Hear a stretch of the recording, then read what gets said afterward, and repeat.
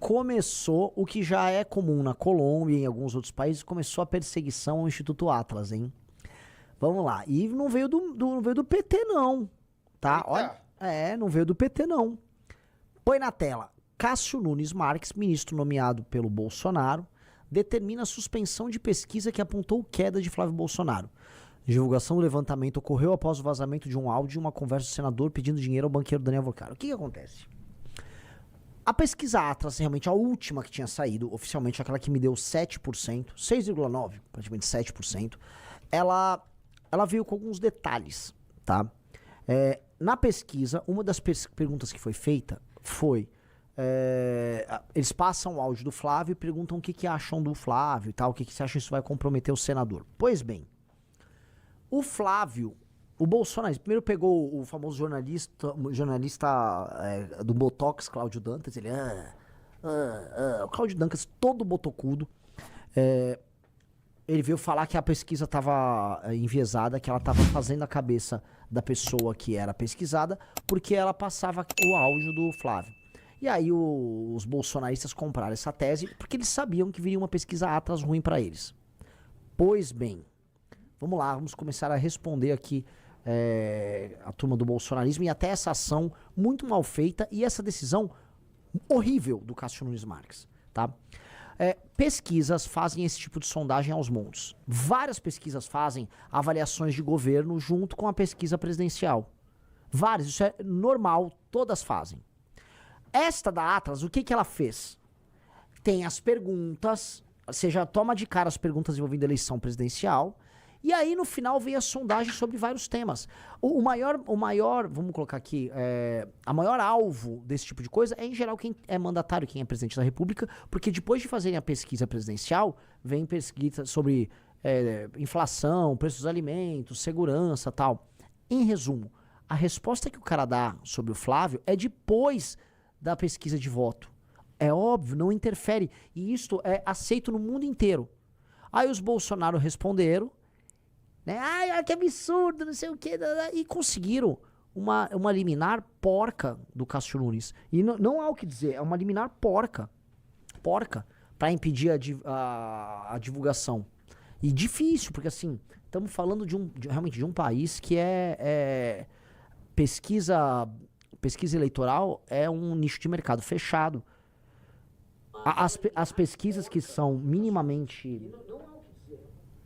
As pesquisas que são minimamente sérias aqui no Brasil, infelizmente, tem que ser pesquisas que têm participação internacional. E essa é a beleza da Atlas. Como ela é um instituto internacional, a Atlas ela não vai... A tendência da Atlas, eu espero, né, mas parece ser o caso, é de não se vender para os políticos ou para uma determinada emissora. Eu já expliquei para vocês dos interesses de quase todas. A Paraná Pesquisa é bolsonarista, tem negócios com a turma do bolsonarismo. Um negócio assim, eles fizeram pesquisa pro Bolsonaro em 2022. A Quest, eu nem comento, né? Eu já mostrei para vocês. O Instituto de Pesquisa Quest tem contratos de assessoria com clubes de Minas, clubes de tênis em Minas Gerais, da turma da elite de BH, que é ligada ao Zema, com a Localiza, que é do maior doador do Zema, com a CEMIG, que é uma empresa estatal de Minas. E aí ele ficava falando bem nas reuniões de consultoria, né, o cara da Quest, sobre o Zema. Antigamente tinha a famosa CNT Census, que era um instituto de pesquisa que fazia pesquisas enviesadas pro PT. Isso, o Vox Populi, você lembra do Vox Populi, Riso? Lembro. Era outro que fazia pesquisas pró-PT. Sumiu? Sumiu. Nunca mais ouvi falar do Vox Populi. Então, por que eu tô falando disso? Eu já confiava na Atlas antes de eu ser pré-candidato e confio hoje. E a Atlas costuma sofrer represálias e perseguições em vários países, especialmente países de terceiro mundo. Ela teve problema agora na Colômbia, vários lugares. Os caras querem impedir divulgação de Atlas, atacam Atlas. Atlas ela já virou um hit. Quase todos os lugares tem Atlas, a Atlas passa por perseguição. Like na live. Tá, então, esse é o patético cenário à disposição. Então, veja só, o presidente do TSE determinou nesta segunda-feira a retirada do conteúdo e a suspensão da divulgação da pesquisa da Atlas. A pesquisa apostou em maio queda de 5 pontos na intenção de votos. Com isso, apenas a empresa não poderá manter os dados... manter os dados em seus canais oficiais. A divulgação, levantamento, blá, blá, blá. Em resumo, a Atlas não pode divulgar no site oficial da Atlas a pesquisa, o que quer dizer absolutamente nada, só pra ficar claro. né? Também como é uma liminar não quer dizer nada. Mas denota já uma postura de gestão de crise de desespero da pré-campanha do senhor Flávio Bolsonaro. Flávio Bolsonaro tem uma pré-campanha horrenda. Eles estão gastando os rios de dinheiro nas viagens do Flávio Bolsonaro, naqueles eventos que custam fortuna. Cada evento ali é 1 milhão, 1,5 milhão, 2 milhões, 3 milhões. Fora que ele tem que voar de jatinho, a hora do jatinho é uma fortuna. Então é uma campanha muito cara, né? Ele já gastou, volta a colocar, o Flávio gastou milhões nessa campanha e ruim. E ela é ruim porque ela é ruim de nascença. Uma campanha que nasce ruim de nascença não tem muito o que se fazer. Ela nasce ruim porque o candidato é ruim, porque o candidato é envolvido em escândalos de corrupção, o candidato não tem proposta, foi um péssimo senador, foi um péssimo deputado estadual, então não há muito o que se esperar do senhor Flávio Bolsonaro.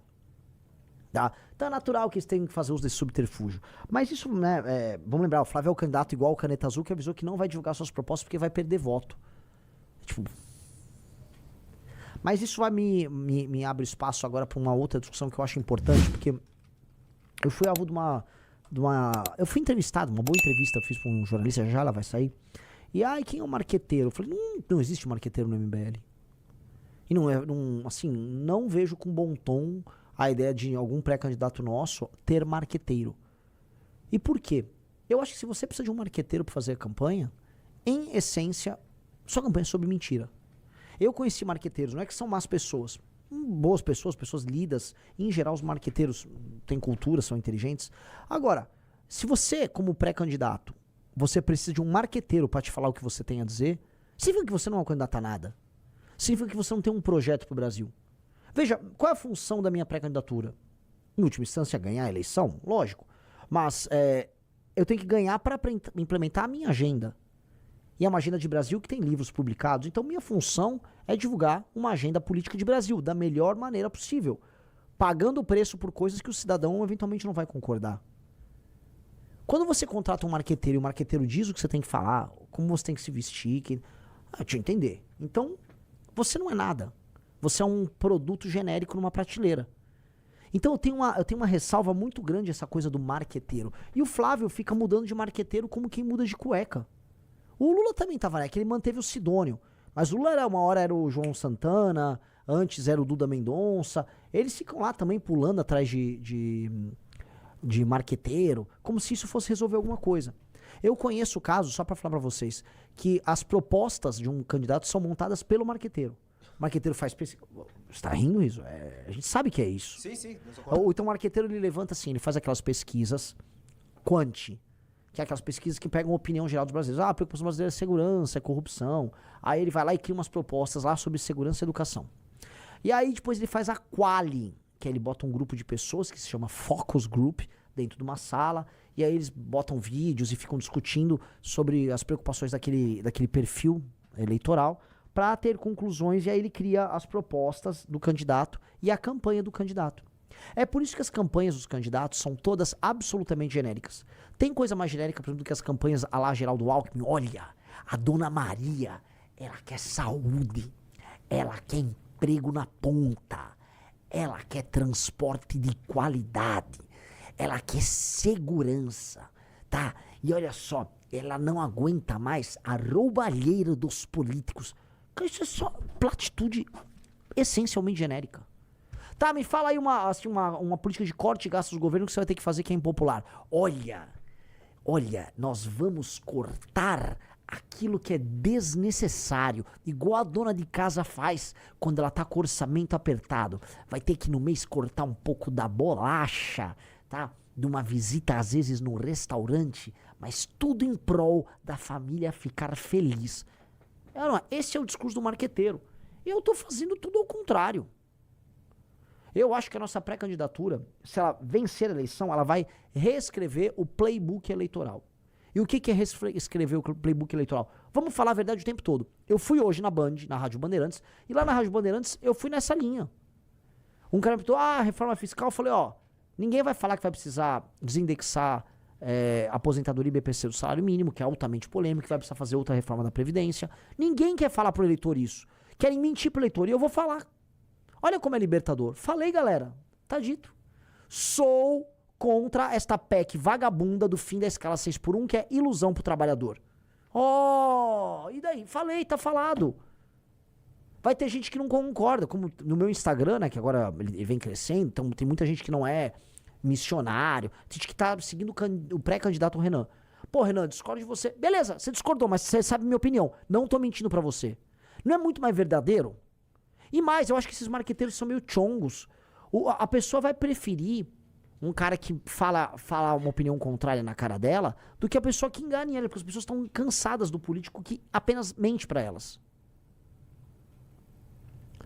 Então, o desenho, né, como é que eu posso colocar? O desenho de uma pré-candidatura séria é uma pré-candidatura que não tem marqueteiro.